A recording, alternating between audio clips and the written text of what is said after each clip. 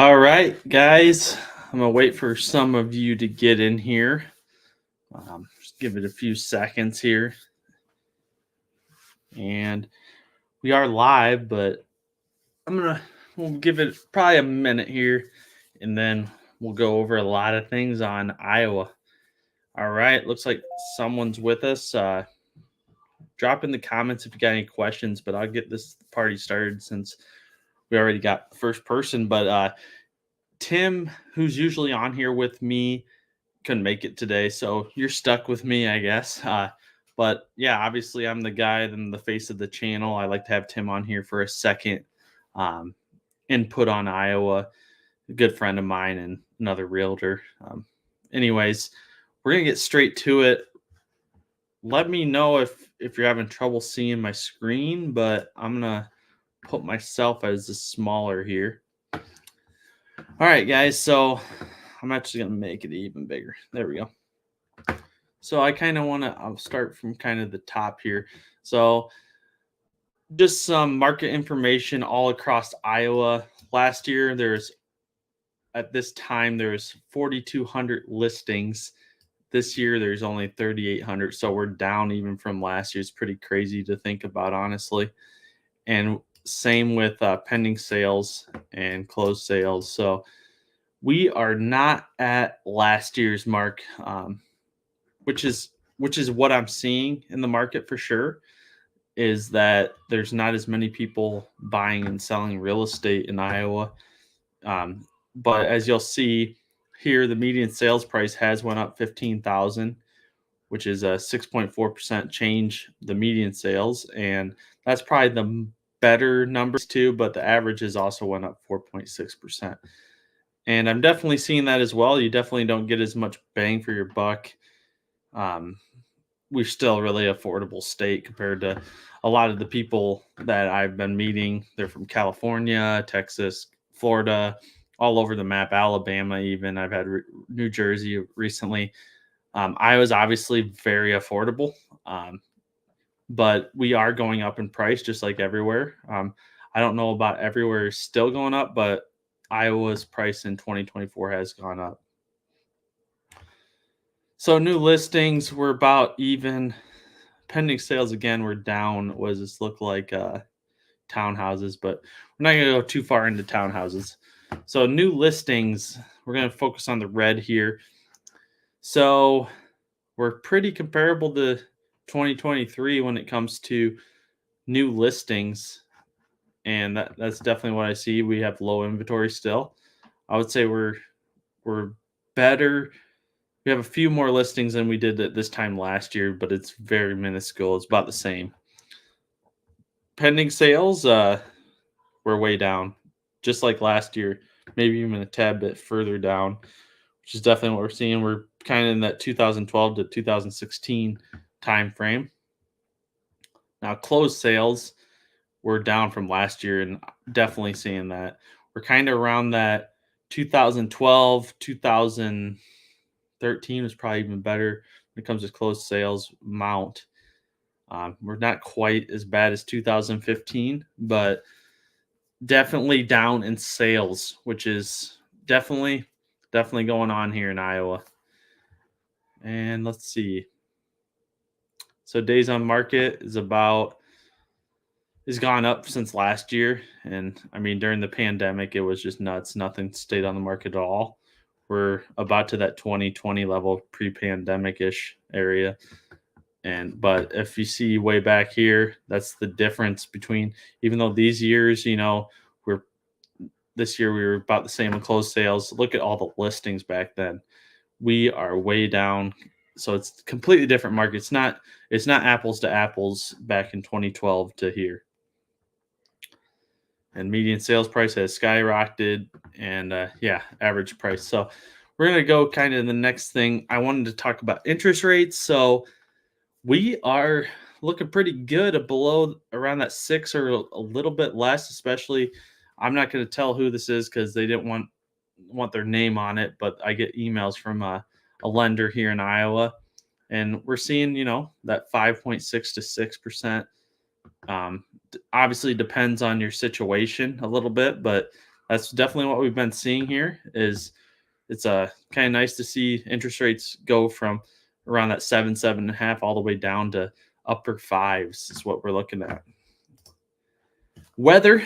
So it is beautiful here in Iowa. And make sure to drop your any questions you have. I'm going to answer them throughout this entire stream.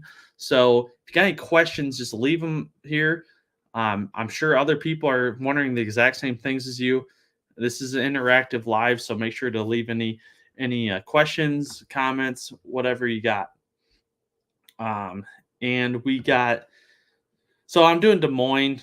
It's pretty similar here in Cedar Rapids. It's going to be a little bit cooler, I'd say, in Cedar Rapids because we're a little bit north, but pretty much the same. And this isn't going to be entirely accurate, but it looks like next week we're going to warm up into the 80s. But it's getting to be that mild fall weather. And my video this week is going to go over. Not going to give it all away, but it's going to go over kind of this weather situation we got going on here, which is the best time of the year, if you ask me, the fall season.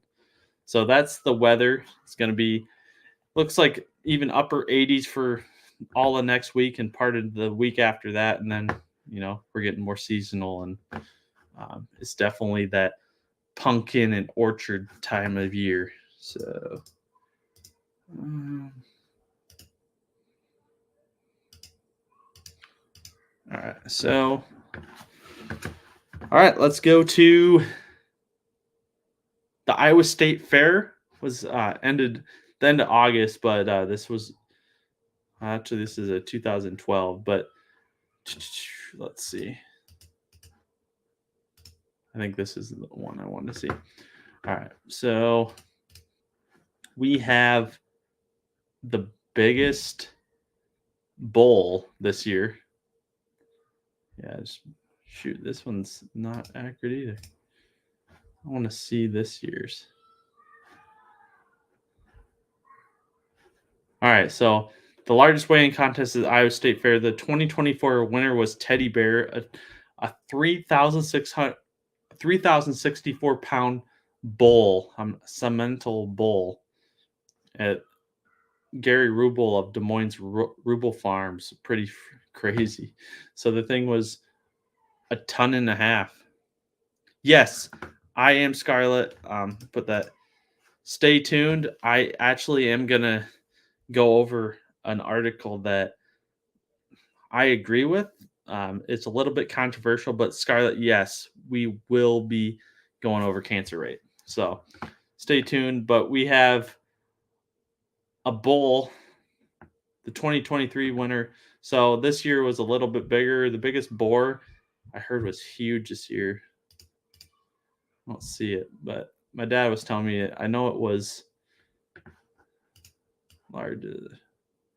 largest boar 2024. All right.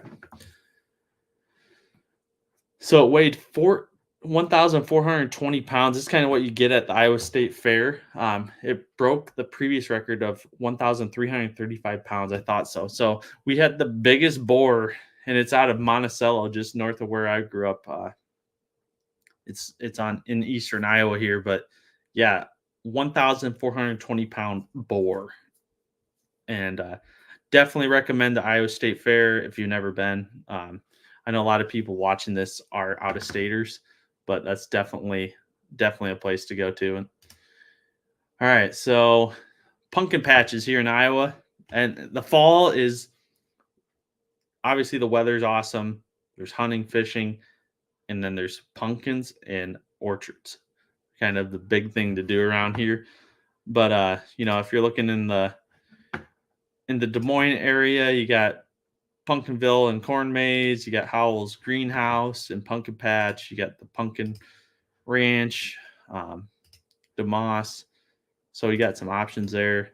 Kind of my cup of tea where I'm at. We love to go to this one, Wilson's Orchard. It's pretty much in Solon, but it has Iowa City address, but it's kind of between Solon and Iowa City.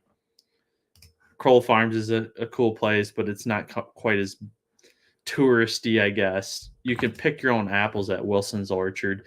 They have all the things you ever want: apple butter, apple pie, apple crisp, apple donuts. They're all excellent. They even got meat and stuff like that. They got a shop that's not small. It's a pretty large shop. It's got gourds, places for kids to hang out. So it's orchards are one of those places, one of those things to do in Iowa at this time of year. So again, Iowa orchards. You got um, Iowa Orchard, that's kind of a bigger one in the Des Moines area. You got Center Grove, that's a really large one. Some cool things to do. This one's a little bit newer one. Then you got, so even in like the Northeast, kind of by Waterloo, you got Blue Ridge, and then against Wilson's Orchard, Big Apple Orchard, Allen's Orchard's a larger one, not quite as big as Wilson. Now, if you got a place that you want me to see on the map, let me know. I'm kind of going over the two biggest cities, obviously, but we'll keep going here. I do want to get my first Scarlett. You're the only one to comment so far, so hopefully I'm going to give you some time, and we'll keep going. But what are some video ideas you like me to shoot in the future? I've been looking for some ideas so if you, Scarlett, anyone else has any topics you'd like me to cover, make sure to leave it in the comments. I like to know what you guys want to see. This channel is all about you guys. I'm trying to make it a channel where it's through your guys' lens. Most people that reach out to me are out of state people or out of country. Had some people in Guam recently,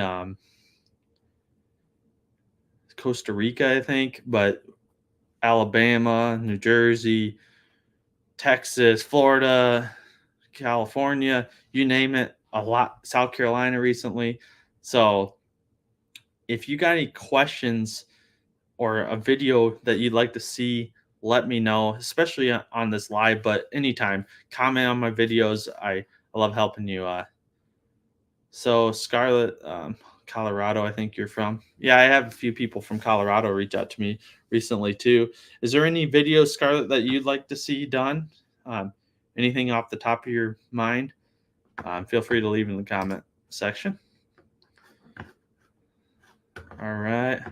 So we'll keep this going. So harvest season is another huge thing in the fall here. And there's a lot of optimism. I mean, it was a really good year for rain. It wasn't like too much, except for the people in Northwest are probably shouting at me right now because there's a major flood in the Northwest that I covered, I think, in my last stream or maybe the first stream in June. Terrible flooding. So they probably disagree with me, but most of Iowa outside of Northwest, there was no major flooding, but we weren't dry either. This is articles it's gonna kind of talk about that. What a contradiction of 2 years. A year ago, we would have been talking about how dry it is. Now there has been ample rain almost everywhere. In fact, a little too much, I guess, in some spots. But I think the crop looks really good. So I would say it's a better problem to have, and it hasn't rained this week. So I don't know when this was written. No, it was written yesterday. We did get a little bit of rain today, but I'm saying it's probably going to dry out pretty good. I mean, we went over weather, looking like there is some dryness coming. We don't rain for over a week. So, anyways, he says some farmers have already been discussing options for growing next season, or next growing season, starting to talk about next year. Obviously, our sales season gets started here real soon. There have been a lot of seed reps and customers coming through wanting to talk about what's new and what's looking really good in their fields right now. So this may not exactly pertain to you moving to Iowa, but our biggest part of our economy is obviously our agriculture. So this is actually pretty important stuff, especially if you're moving here.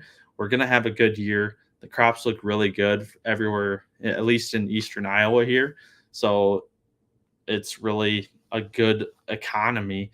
There's going to be a lot of fresh produce because it's been a good year when it comes to, there's not too little rain. There's not a crazy ton amount of rain. We had a lot of rain right in the beginning, but we're going to have a lot of good roadside stand. So, Scarlett, how those that move from out of state do, like it, don't, etc. So I don't want to give it all away. We're gonna cover this though, Scarlett. So I'm not gonna disregard what you say. I'm gonna pull up some. We'll just do it. So here's some reviews.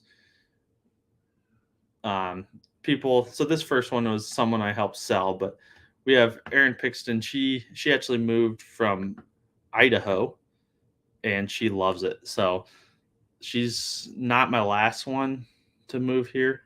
I think it was actually Jacqueline, but absolutely loves it.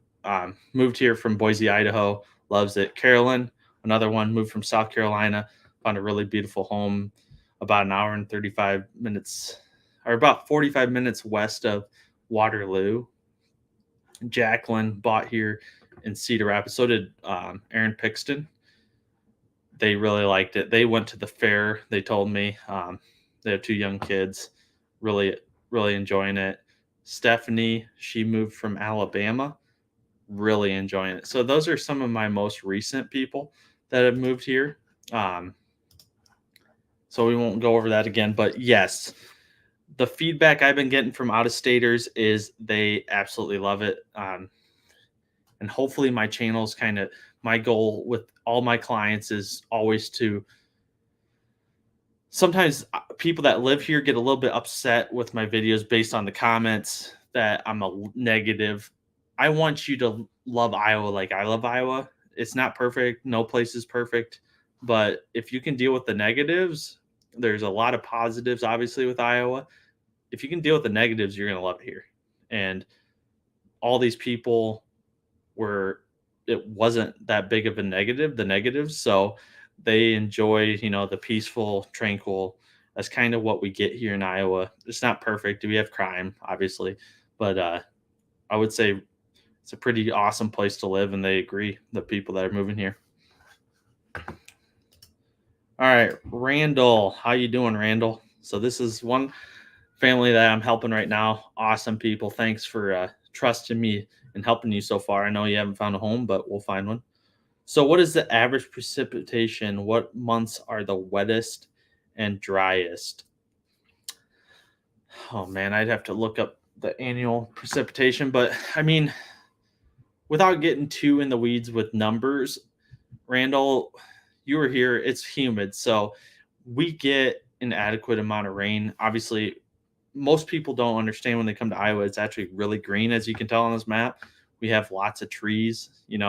If you look here, you can kind of tell South Dakota becomes a kind of a drier state. We get real dry in the United States over here. We're the whole state we don't irrigate our crops even, honestly. Some parts of Iowa do, but generally we're one of the few states where we get about that right amount of rain. It does get humid in the summers. I would say the driest times are fall and winter. Like coming up, it's going to be a little bit lower humidity. We get more rain, I'd say, in the spring, and that's when our severe thunderstorms really hit, because we get those warm and cold fronts hitting. And this year was pretty crazy for tornadoes. But again, tornadoes are so localized, it gets all the publicity, but I've only seen one ever. And I've lived here my entire life. So almost 35 years now. So the wettest months are going to be spring and early summer. Driest are going to be late fall, early winter. A big snowstorm here is like 10 to 12 inches. I mean, that's a ton for us. We're not like Montana where we get feet and feet of snow in one day. So, but it does get cold here. Those are probably the wettest months of spring, early summer, and the driest probably late fall, early winter. All right, we're gonna keep going though. Oh, I do want to get my second question. So it's a little bit of trivia. If you watch my last one, I'll move this over so you can see it. Tim, I put him on the hot seat, but what are the top 3 most populated cities in Iowa? So I'll give a little bit of time here, and then I'll kind of give you the answer. But maybe Randall, you were here recently. Maybe you can, and don't Google it. So Scarlett, you too. Anyone else, feel free to answer these questions. But without Googling it, what are the top 3 most populated cities in Iowa?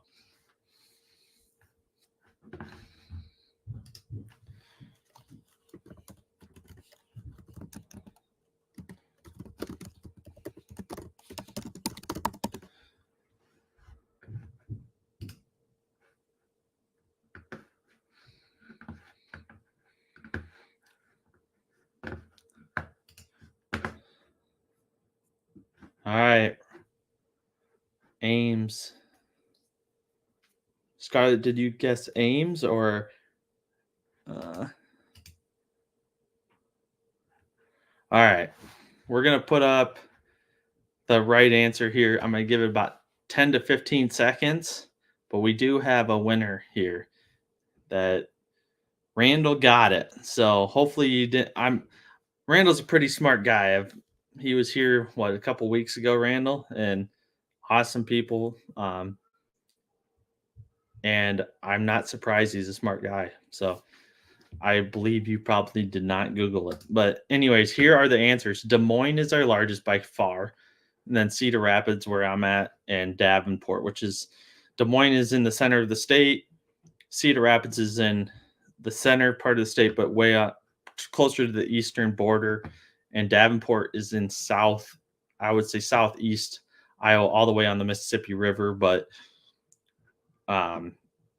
it is not all the way in the bottom south of the state, but pretty far southeast. It's all the way on the east side, though, where the Mississippi River comes in. All right, so there's the second question we got in.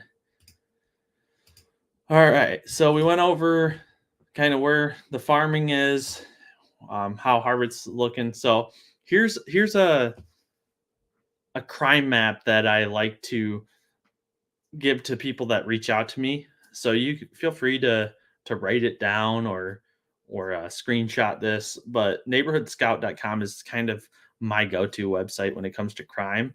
I really like their map system. So, for example, I know we're gonna stay kind of in that Des Moines and Scarlett.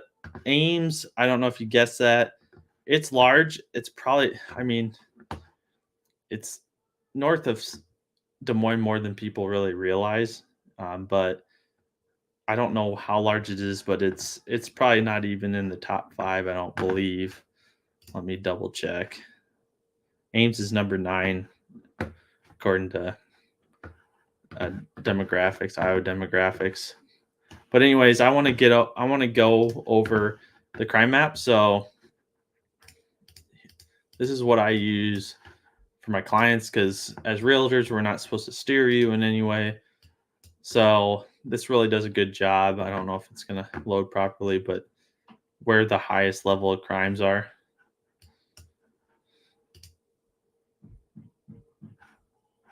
You get the point. It does a better job. It's probably being slow for me because I'm on here. Then, you can go anywhere in the state. So Cedar Rapids.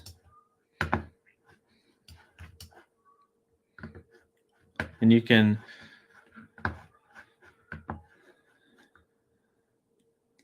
says here's the Iowa safest cities. It gives some stats if you click here. And if you click here, this is what I was looking for. It kind of breaks down more where the crime is. Because on here, unfortunately, it really shows that Des Moines and Cedar Rapids are really unsafe. I'll let you decide on that when you come here. But this kind of shows the safer areas and the more crime. So where it's been reported. All right. So there's a kind of a crime map that you can use. If you need any of these, just let me know. I'd be happy to send you, but it's neighborhoodscout.com. And here is a flood map. So I like this one because it shows it well. So we're doing Cedar Rapids here. But it shows, here's the legend. Hopefully you can see that. But like this is a 0.2% annual chance of flood hazard. And 1% annual chance of flood hazard, and then floodway. It does a good job.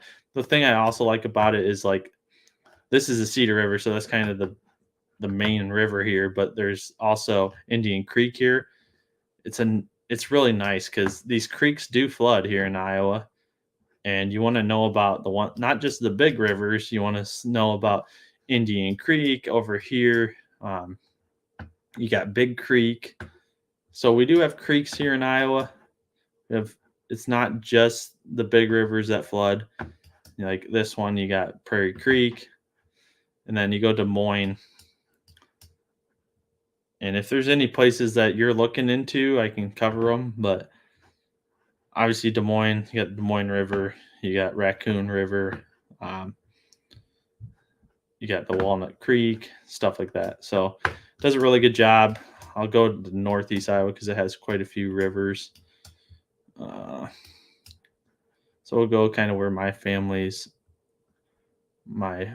grandparents lived along like New Vienna, Colesburg area. So you can go into here and it shows kind of where it's flooding. So obviously in Colesburg, it's a tiny little town.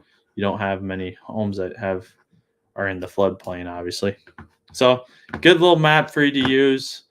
It's one of the things it's my job when if you choose me to represent you is to go over this stuff. So you don't necessarily have to remember everything, but it's just something that a tool that I would definitely use if I were buying in Iowa. So here's the Iowa Assessor site. Before we get to this, I do want to go to our third trivia question. So name 2 towns or cities next to the Mississippi River or on the Mississippi River, whatever you want to call it. And no Googling again. So 2 cities or towns on the Mississippi River next to in Iowa. I told you one already if you've been listening. So hopefully you get one right at the minimum. I'll give you guys a few minutes here to answer that. Randall got a couple. No surprise. Scarlett, you got any guesses? Anyone else? Randall, do you know any more off the top of your head?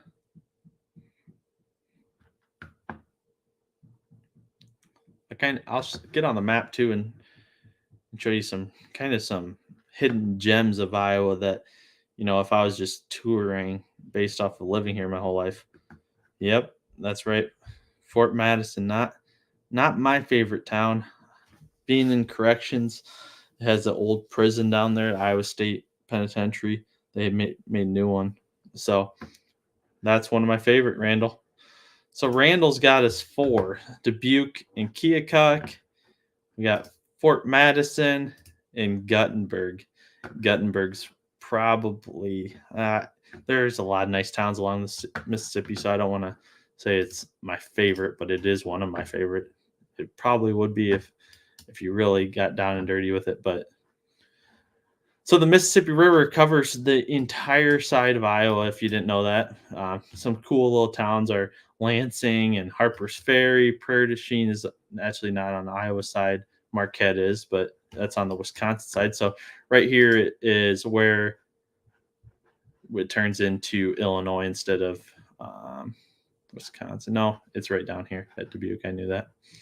So here is where Randall talked about one of his last ones, Guttenberg. Cool town. Really like it. It's really good fishing. Right below here is actually one of the deeper dams, I think, in the whole Mississippi. Cool little river town. So you go down further, there's not a ton of towns, honestly, that have any amount of population. Then you get Butte, which is probably the second largest city on the river, on the Mississippi River in Iowa. Dubuque's really cool, older town. It's got a mixture of older and newer homes. Really nice area. Lots of orchards over in the Wisconsin area. And, you can go to Illinois, Wisconsin, and Iowa right there. You go down further, you got Bellevue, cool town. I like Bellevue. You kind of go down here, and you got Sebula, which is the only island town in Iowa. It's pretty cool. We'll keep going south. You got Clinton, Comanche. Yeah, Princeton's not worth. So then you get down into Davenport, where you got Bettendorf, LeClaire, Riverdale, Westport, Davenport. You got Moline on the Illinois side. Cool little area, honestly. It's not really little. It's the third largest city in Iowa, but this area is bigger than Cedar Rapids altogether. I wouldn't say it's bigger in Des Moines, but it is. It's probably close. You got Muscatine, and now we'll get down to where Burlington is probably the largest city in southeast Iowa. My parents own a cabin in the Illinois side down here, Nauvoo. And then you got Fort Madison, where the old prison was. Keokuk, what Randall said. So that is way down in the very southeastern part of Iowa. You can't get any more southeast than Keokuk. Keokuk's pretty rough. I mean, just the housing's old, and Fort Madison, not really high in crime, just real estate's really cheap though in Fort Madison, Keokuk, but the homes are definitely on the older side. One of my most controversial videos, the worst places in Iowa, Fort Madison or Keokuk were number one. I can't remember off the top of my head, but they're both down there for a reason. And there isn't a bad place to live in Iowa, so it may be a fit for you. There's still some nice areas down there, obviously. So now we're back to the assessor site. So here is kind of what I like to look at. And this is obviously in Cedar Rapids, so this is my bread and butter, where I do the most deals at. But you have what's called an easement here in the green. It's very important for you to know these easements and know if you, like, for example, this shed right here is actually on an easement. So the city theoretically could come in because they have to work. Let's say this is electrical easement. I don't know if it is. It won't say if it's green necessarily right off the bat, but let's say we do some digging and we find out that this is electrical easement and they need to come in and work on electrical, and this part is blocking where they're working. Technically, they could come in, take that shed down, at least that part in that easement, because they have rights to it. Even though you own the home, they have rights to it. Another thing, I'm not going to get too in the weeds about this, honestly, because it's a long conversation. But right here, if you see, let's say you were to buy this house, technically, as you'd have to have it surveyed to know 1,000%, but a lot of times they're right. This garage could actually be on the neighbor's lot, and I've seen people from experience and talking to other realtors, and actually had one client that had they were fine with it, but we actually had a fire pit that was on the neighbor's land, and of course after they closed they wanted money, and I don't know how it ended up. I think that the guy just never brought it up again, but sometimes this person may know that shed, and then the new person comes in, they try to get money from you. I've seen that happen, not just once either. So there's a live feed of Keokuk Lock and Dam on YouTube I watch sometimes. Really cool. I love the Mississippi River. Keokuk's got really cool lock and dam too. I've been down there because my parents own that cabin down in Nauvoo. So I like to go through Keokuk, even though it's a little bit out of the way, because Fort Madison's, that bridge really, really spooks me. Honestly, it's so old. I really don't like driving over the Fort Madison Bridge. Some people, if you've been across it, you'll know what I mean. It's old. It's about as old as, probably as old as the prison. Well, there's a new prison, but the old one that's now a museum. So you can actually tour that prison. It's pretty wild, honestly. All right, so that's just some things to know. Easements are a big deal because technically the city can come in and work on your property. If you buy it, they don't care. They're going to tear down that shed possibly. So it doesn't matter where you live, you're going to have easements, but it's just something that hopefully you're educating yourself through this to for something to look at. As an agent, that's my job is to kind of check on these easements, and it just depends on the house and the situation, but there's all sorts of different options here. There's no right or wrong answer. It's not like the seller has to do something or not. And sometimes you have to get agreements, and sometimes there's agreements already in place that are recorded. So, anyways, I won't get too in the weeds with that, but that's something you need to know. And Iowa football, we're already ranked this year. A big week in Iowa. A lot of Iowa fans. I'm not a huge fan. I may or may not watch the game. I'm doing an open house. I might watch. I don't know. So they play Iowa State. Iowa State's never terrible. Be a kind of an interesting game. Iowa's had a bad offense but really good defense in the years past. They won 40-0 week one, so they actually scored a lot of points for once. But yeah, this is the schedule for Iowa. If you move here, there's a lot of Hawkeye fans, just so you know.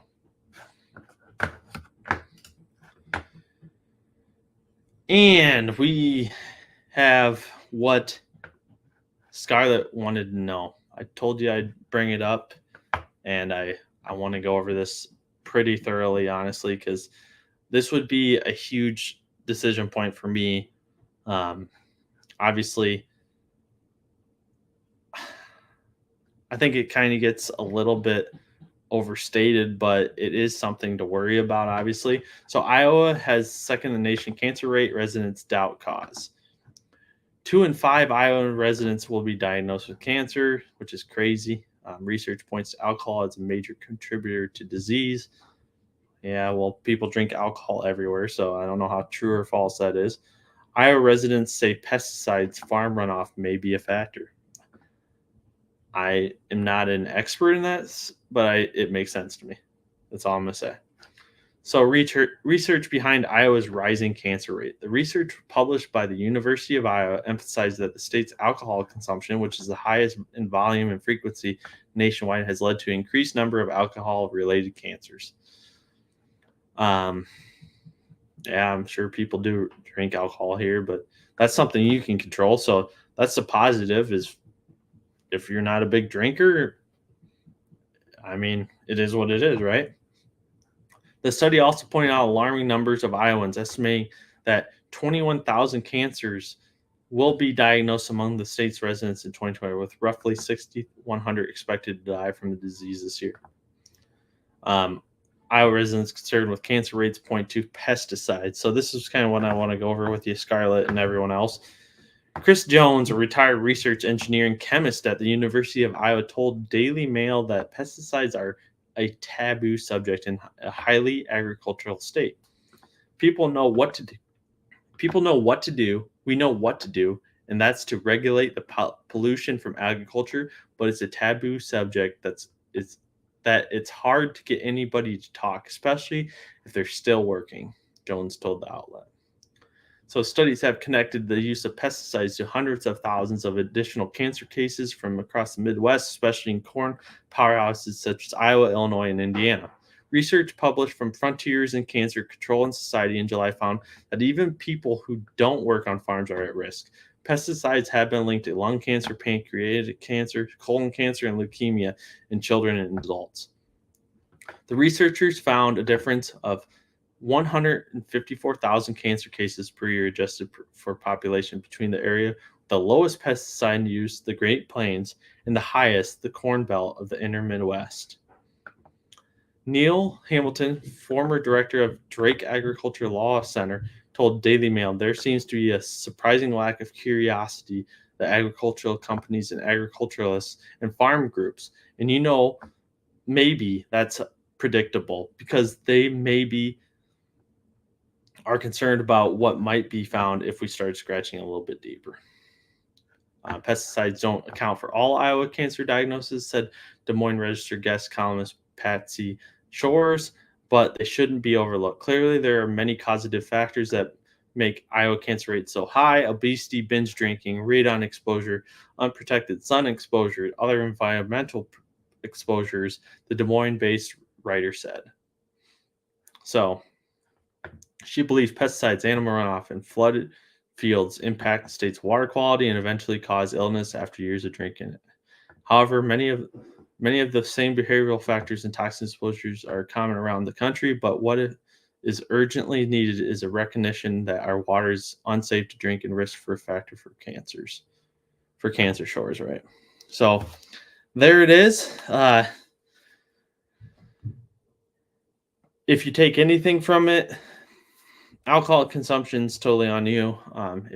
And I know that people have alcohol problems, so that's a different scenario. But binge drinking, if you can control that, obviously is in your hands, But pesticides, animal runoff, flooded fields are on Iowans and the farmer. So I don't know. I try to drink I don't depend on, I don't care where I'm at in the United States. I'll probably drink my own water. That's just the way it is. But yeah, definitely concerning. And with all the pesticides, it's hard not to point to that as a potential cause for all this cancer, like this article stating. But again, I am just a realtor in Iowa. I'm just giving you the facts. I wanted to point to this article, and hopefully that answers your question, Scarlett. But yeah, it's definitely a concern. All right, we're gonna kind of stay in that same breath. It's not, I guess we're gonna get a little more positive here. So we got, I don't know if it's positive or negative, but Iowa Lieutenant Governor Adam Gregg, leaving position effective Tuesday, will become IBA CEO. So basically, he left his position, and what this article is going to say, I'm not going to read it all, but a press release sent by Office of the Governor said Gregg is leaving the position to pursue a career that will allow him to spend more time with his family. So he took a job. Let's see where it says here. Even as lieutenant, he has made time to coach his young son and daughter, be involved at school, participate together in church activities. The most recently decision for Adam. So in a press release from Iowa Bankers Association, they announced Gregg as its incoming president and CEO. He will succeed current president and CEO John Sorensen, who is retired after 38 years with IBA, effective October 1st. So Lieutenant Governor Adam Gregg basically took on a role as CEO of IBA. So that's some recent news. And I want to get into this. So there has been a little bit of pushback about this all, and I'll get to it. House Minority Leader Jennifer Confrost disagrees. This initiative, while it sounds so very non-controversial, does allow any governor, maybe one you'll disagree with someday, to pick and choose whoever her lieutenant governor will be. No say from the voters. So I honestly don't know enough about it. This is the lady that made that statement. She is a Democrat, so she's obviously on the other side of the fence. What happened with the Democratic president? I mean, was she elected? I don't know. That's kind of the crazy thing. So that's why I stay out of politics. They both talk out of both sides of their mouth. So I agree with her statement, but then we got the Democratic presidential candidate that was just put into place too. So there goes that. And I want to get to the last trivia question here. So what two major interstates cross in Des Moines? And also, again, if you have any questions or topics you'd like to see covered, Randall, maybe you can give me a few topics. I asked that in the beginning. I don't know if you're on here, but I wouldn't be surprised if Randall gets this one right. This one's a little bit tougher. This is probably pretty tough if you don't live here in Iowa, but what two interstates without Googling it intersect um, major? I meant to put major interstates. Yeah, major interstates. Of course, Randall, you're a smart guy. You got any ideas for some topics that you'd like to see me cover in videos as well? And anyone else out there? Yeah, Randall's a well versed guy. He's a Here's the right answer. So Randall put 35 and 80. So interstates 35 and 80. I've covered this in one of my videos, but Interstate 35 goes from Duluth, Minnesota, all the way to part of Texas, but it goes all the way to the Mexico border. And then I believe it's in New Jersey. 80 starts in the east and goes west all the way to California. I don't know what city, but it goes all the way to California. I don't know if it's still this way, Randall. Maybe you know, but I'm pretty sure that's one of the few, if not the only ones, where they go that far. I guess it's not all the way to Canada. 35 doesn't, but it does go all the way to Mexico and then ocean to ocean. So pretty nuts that it actually intersects twice in Des Moines, and it intersects no place else in the United States. So as Randall can probably tell you, he was a truck driver years ago. Pretty big deal for our economy and just trucking and everything that goes around trucking, honestly.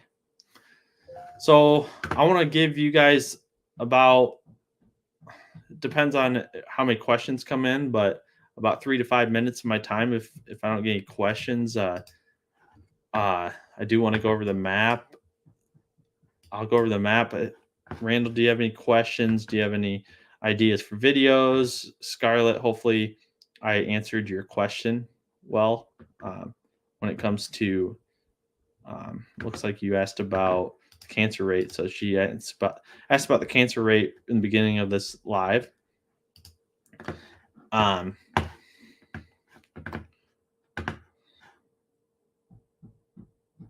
Okay, so Randall gave me some ideas. I would recommend videos on small towns once or twice a month within 35-mile radius of Cedar Rapids. Yeah. Any towns in particular?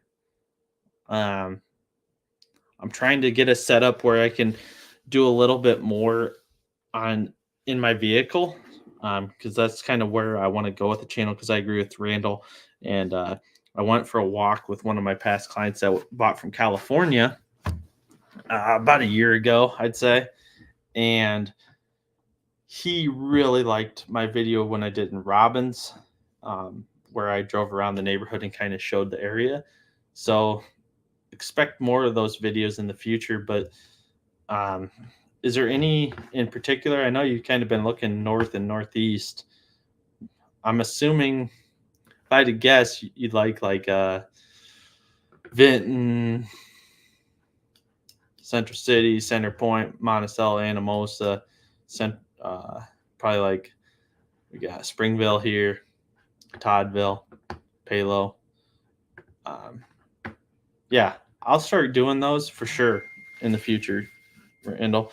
I don't know if I'll get to it before winter, just because I'm gonna try to. But what I want to buy is kind of costly, honestly. I want to buy a nice. It's called a 360, so I can put it on my vehicle.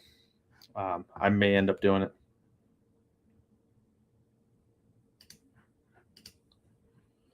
All right, so Spencer Biggs, does subterranean finished square foot count towards the house total for Iowa, or is it that specific to counties where it doesn't count? I don't do enough deals outside of Cedar Rapids, Iowa City to speak for the entire state, but I could get back to you on that. I do have friends in multiple markets. I know in Cedar Rapids and Iowa City, it does count, but it's not as,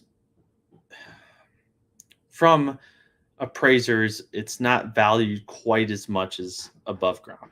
So I'm guessing by subterranean you mean basements, and it is value, but it's not where people spend the most amount of time. So it's not valued the same. I think the last appraiser I talked to, which I wish I could give you a straight answer from an appraiser, but I would say it's about 3/4 is and it depends on the basement too, but I'd say it's about 3/4 the value of above ground is what we call it. So it's give or take. It is valuable here in Iowa, especially with like tornadoes and everything, but it is not valued by appraisers as much as above ground. Now it could I'm not gonna sit here and say every house is 3/4 the value, but I'm just giving you kind of a general number. It depends on the house and the quality of the basement and all that stuff, obviously. But thanks for the question, Spencer. You got any ideas you'd like to see me cover? I know you've been on my lives in the past as well. So we got Randall again. Along 380, 20 east to Dyersville, southwest along 151, also 30 east to Clarence. Yeah, so along 380 is, so we're going to kind of go, so this is 380 right here. Goes from Cedar Rapids north all the way to Waterloo, Cedar Falls. But what he's talking about is probably Center Point, I'm sure, Urbana, even getting to Brandon. LaPorte City's a little bit off the beaten path, but not too bad. Gilbertville's not too far. And then I'm guessing Jessup, Independence, all the way to where he said Dyersville. So my family, just so you know, Randall is from Colesburg, Iowa, so I'm not too far from Dyersville. I know I had some people that came to town that may be buying next year, and they went to the Field of Dreams, which is in Dyersville. Pretty cool.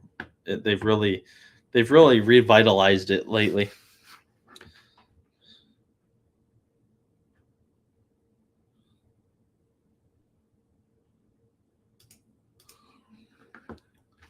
All right, so it seems like Madison County may not count it. I've seen a few people on Living in Des Moines YouTube channel say the square foot doesn't count if there isn't a sunlight basement. I'd have to defer to an appraiser because they're the ones valuing these homes. That's where I would probably go with that conversation.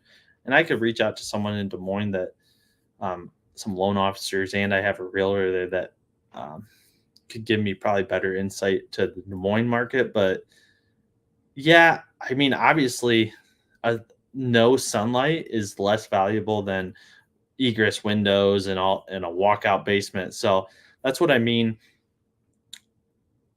I would have to say just my experience. It doesn't matter we're in the state.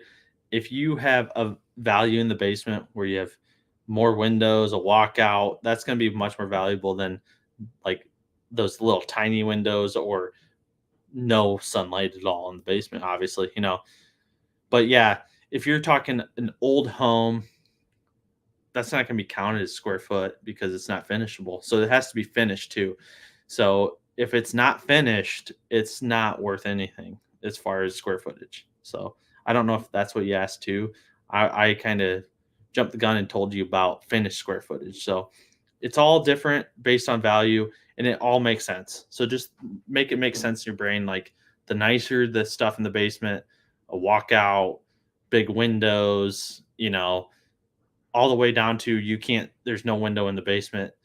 I mean, that's going to be the least valuable. And if there's no finished area down there, it's not going to be a value. So video ideas for jobs and median salary based off county. Yeah, I could do that. It'd be a little more general because I'd be having like 3-hour video if I covered every single county of Iowa. But yeah, I can definitely do a video on jobs and kind of the median salary. There is a website, Spencer. If you want, my information will be, I'll put it in the comments, but you can definitely reach out to me. I did come across a website recently that you can search that type of stuff. So that would probably be even better than a video for me, but you're gonna have to reach out to me direct if you can. And you can either texting me would probably be best. or you can call me, and then we can kind of go from there. Yeah, I definitely have plans on doing it. I only do one video a week, and uh, on purpose because it gets to be too much if I do more than that. But yeah, definitely. Yeah, you can email me too, and I'll put that in the. You can either go to one of my last videos. All my videos have how to reach out to me. I'll try to remember to put that in the show notes of this one too. So I'm gonna give you a couple more minutes. Any other questions? And then Madison County. I want to go to that real quick. So that's where you're at. Yeah, Winterset, where John Wayne. I thought that was where it was. So are you thinking about Winterset, Spencer, or like closer up into? I guess that's kind of the main Earlham. I don't know. I'm not extremely familiar. It looks really beautiful. I can tell by the layout that that's going to be a beautiful part of Iowa. I think the last one, I really like Cedar Rapids. I'm not going to lie to you, even though maybe a little bit biased, but it's got some beautiful area. But Ottumwa was beautiful, just beautiful part of the state. I've never actually been to Winterset, I have to say, Spencer, but it by the Google map, I can tell that it's a beautiful area. All this part of Iowa's really down in Bloomfield. I went to a homesteading event in Bloomfield one time, and it's just so gorgeous in this area. My favorite area, my wife's not going to be happy that I tell everyone this because she wants to live here so bad.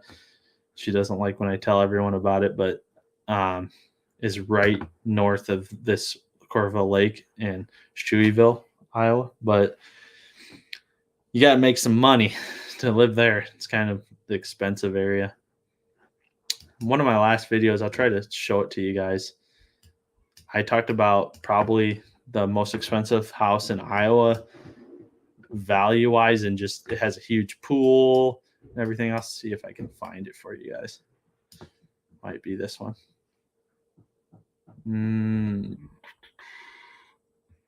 No, that's not it. Okay, so let's see if I can find it. Yeah, here it is. So if you watch my video, I talked about, wow, yeah, Winterset area, he said, and same with Randall. He said beautiful covered bridges are cool as well. I'll have to make a trip there sometime. But in my last video, that kind of went well. A lot of people like that video. I did where do the Iowa's ultra wealthy live. Well, this might be the most expensive house in Iowa. It's huge, so you can see the house. But here is a pool. It's covered. I don't know how well that's coming in. But here's the pool house, and here is the basketball court, and then there's batting cages down here. And then you got a huge detached garage, which is basically a shed. And then you got the dugouts, which I heard they come out. So my brother-in-law did the plumbing on here, and before I became a realtor, I actually helped him with it. I actually helped him with not a lot of it, I shouldn't say, but a few days I helped work on this pool house here before I became a realtor and was working at the prison. I did that on my days off, helped him out, but I don't know what's up here. I forget, but anyways, that's probably the most expensive house in Iowa, honestly. It's all irrigated. I actually ran a mini backhoe back in here, I believe it was, and we put in sprinkler systems and stuff. But anyways, if there's no more questions, I'll give it till the top of the hour here. I'll let you go. Hopefully you're getting value from this live. That's what it's about. Here to always answer questions. So Spencer, obviously email me. Anyone can email me. The number on my videos is my number, my personal cell phone number. I'm here to help in any way I can, guys. That's what I believe in. And if I can help you, I will. And Randall will find you a home. Promise.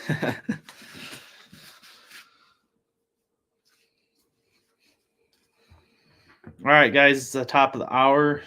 Thanks again, and I'll see you on the next live, and be having a video come out this Sunday, and I'm really looking forward to feedback on it. I think people are really going to enjoy it. So, anyways, thanks for your time, guys, and have a good rest of your night.